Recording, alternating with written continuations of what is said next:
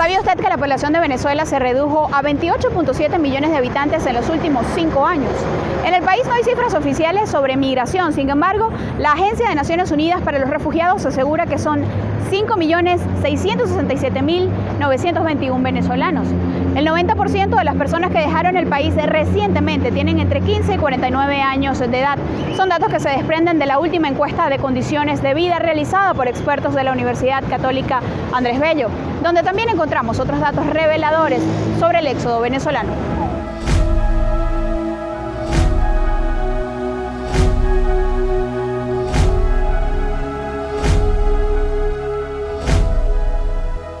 Y aunque es una realidad que algunos prefieren negar, solo tiene que reconocer el gobierno de Colombia, porque la crisis refugiada es una crisis que ha causado Colombia y el resto del continente. Pero por ejemplo, ACNUR, que es un organismo de Naciones Unidas, reconoce y dice que hay una crisis de refugiados. 30 años de crisis en Colombia, crisis humanitaria. Venezuela hay más de 6 millones de venezolanos de origen colombiano, a los cuales no consideramos una crisis ni un problema.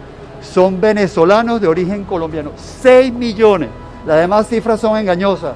Las demás cifras son cuentos del señor Duque. Pero son las mismas cifras que da la ACNUR, por ejemplo. Pregúntele esas cosas al señor Duque. Entonces vaya y pregúntele a ACNUR.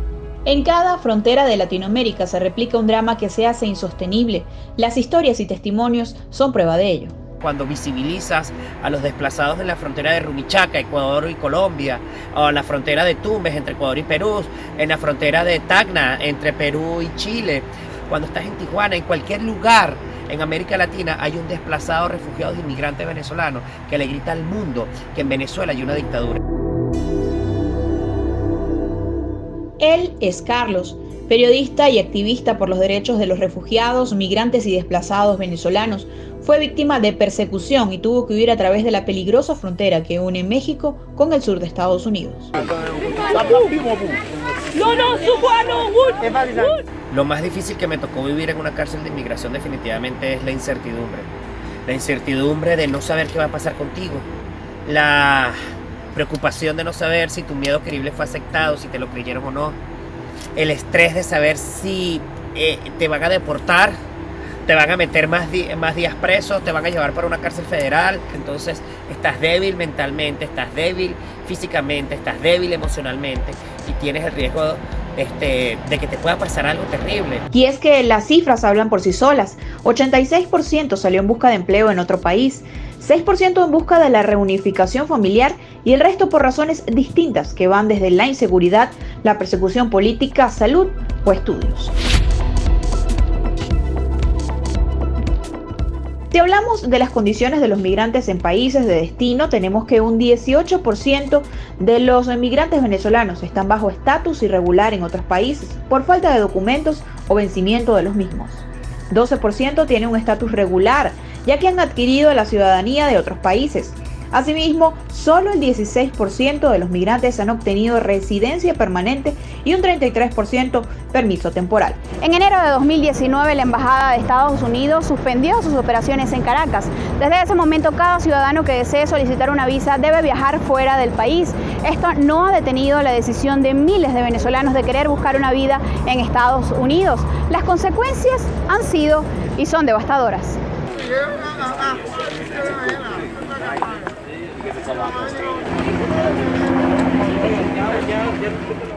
Esta es la escena más reciente que da rostro a las cifras. Las ciudades de Acuña, en México, y del Río, en Texas, son sacudidas por un flujo de migrantes sin precedentes. Yo los entiendo, de verdad. Pues, pero es que hay muchísimas solicitudes de refugio. Son migrantes buscando llegar al país de las oportunidades, la mayoría de ellos provenientes de Haití, Cuba y Venezuela. Dinero para ir a casa. Sí, venezolanos que caminaron hacia el limbo. En muchos casos tienen días esperando ser procesados a la intemperie bajo el puente de más de 4 kilómetros que une ambas ciudades. La mayoría de estas familias viajaron cerca de un mes desde países como Chile y Brasil, cruzando el tapón del Darién, dejando a muchos en esa inmensa selva sin ley donde reina el caos y la ilegalidad. El campamento bajo el puente internacional se volvió una cárcel a cielo abierto. Pero, ¿cómo es el proceso que deben enfrentar luego de cruzar la frontera?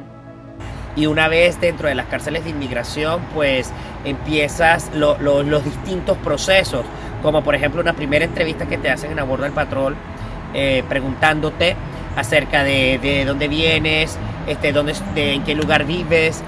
También te preguntan por qué vienes a los Estados Unidos a trabajar, a luchar, a buscar un familiar, o vienes por qué. Entonces yo dije, bueno, mira, por persecución política, porque no puedo regresar a mi país y tengo miedo de estar en el resto de América Latina. Y entonces simplemente me hicieron el check-in, me fui a una cárcel de inmigración por 95 días, nada fácil, terrible. Después de una huelga de hambre que hice con mis compañeros cubanos, venezolanos y nicaragüenses por las múltiples irregularidades que vivimos adentro, pues el proceso como que fue mucho más rápido.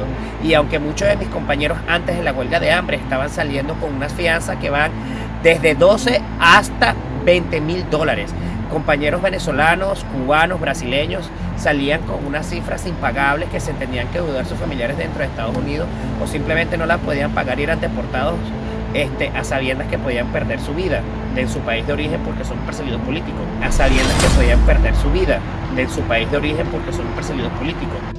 Actualmente el número de personas que permanecen en centros de detención con la esperanza de hacer una vida en Estados Unidos podría superar los 6.500, según estimaciones ofrecidas por Brian Finchel, tu representante ante Estados Unidos, quien insistió recientemente que las mafias transnacionales asentadas en la frontera se aprovechan cada vez más de los migrantes venezolanos. Lamentablemente la cifra no ha bajado, al contrario, puede tender a aumentar un poco, ya que todos los días hay más hermanos venezolanos que están cruzando. Esto está sucediendo, diría, principalmente por dos razones. En primer lugar, por la tragedia humanitaria que vivimos en Venezuela, donde todos los días más venezolanos están huyendo de nuestro país.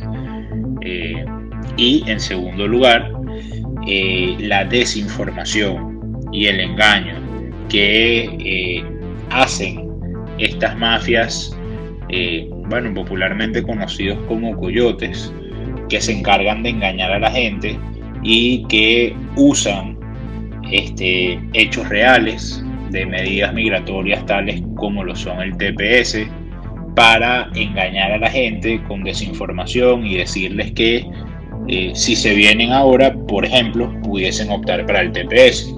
Entonces, las personas en estado de vulnerabilidad que están desesperadas muchas veces caen en este engaño y no se dan cuenta que están arriesgando su vida. Lo que yo le diría a las personas que quieren cruzar la frontera de México a Estados Unidos es que lo piensen mucho. Es peligroso. Hay venezolanos que se han muerto aquí. No busquen coyotes. Los coyotes son asesinos. Los coyotes no les importan tu vida.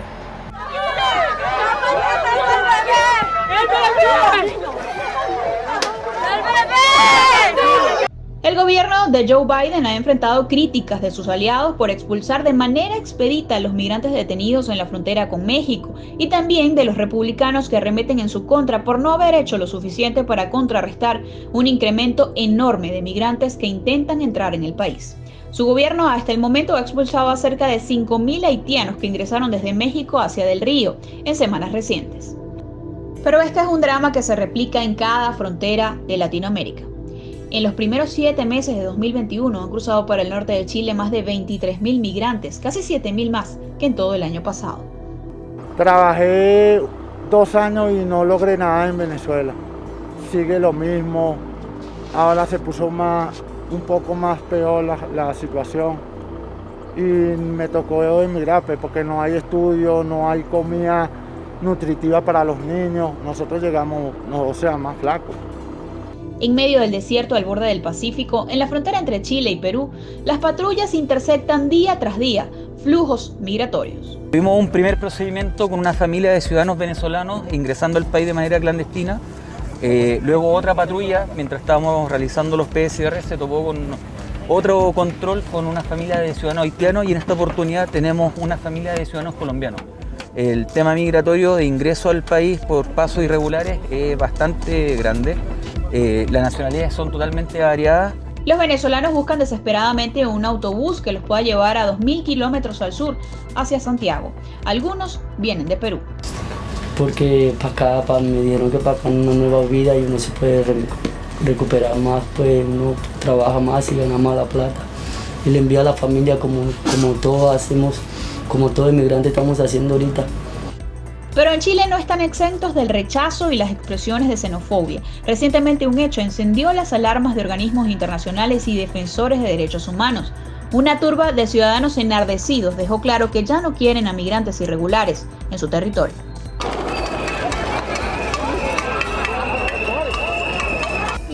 Sacar la delincuencia más que nada, porque esto era un foco de delincuencia, de puros delincuentes. Ya no podíamos salir tranquilos a las calles. Se estaban apropiando de todo.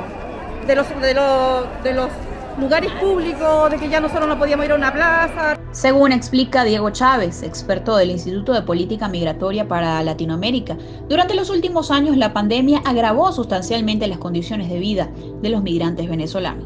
Los niveles de informalidad de la población migrante, el trabajo informal de la población migrante también están por encima de los promedios de la población de acogida. El 90% en Brasil está empleado de manera informal, con respecto con el 41% del promedio nacional de su propia población, y así sucesivamente con los demás países. Más o menos estamos hablando de que hacia el 90% de la población migrante en todos los países está trabajando de manera informal, mientras que los niveles de informalidad en los países varía, aunque más o menos oscila entre un 40 y un 45% en la mayoría de los casos. Se trata de una crisis de ingreso clandestino, según la han calificado las propias autoridades chilenas. La estadística lo dice.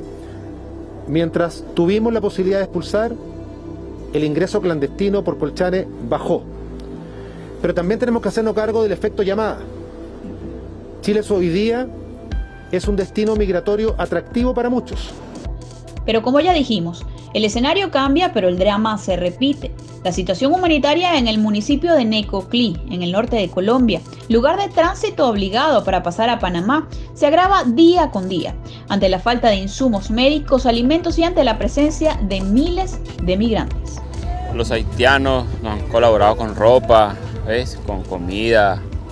Los haitianos han sido personas muy buenas, ellos nos han colaborado. En Brasil la historia no cambia. El Fondo de las Naciones Unidas para la Infancia, UNICEF, alertó sobre los centros de tránsito de la ciudad fronteriza de Pacaraima, entre Venezuela. Se encuentran al límite de su capacidad. Y así, con todo en contra, el éxodo venezolano crece como bola de nieve. La situación de Venezuela expulsa a sus ciudadanos, quienes con una maleta, un colchón, poca ropa y probablemente algunas fotografías resumen los recuentos de una vida en Venezuela, forzada a continuar en otras partes del mundo. Desde Caracas, Taitir Calderón, Somos Impacto Venezuela. ¡Mátale!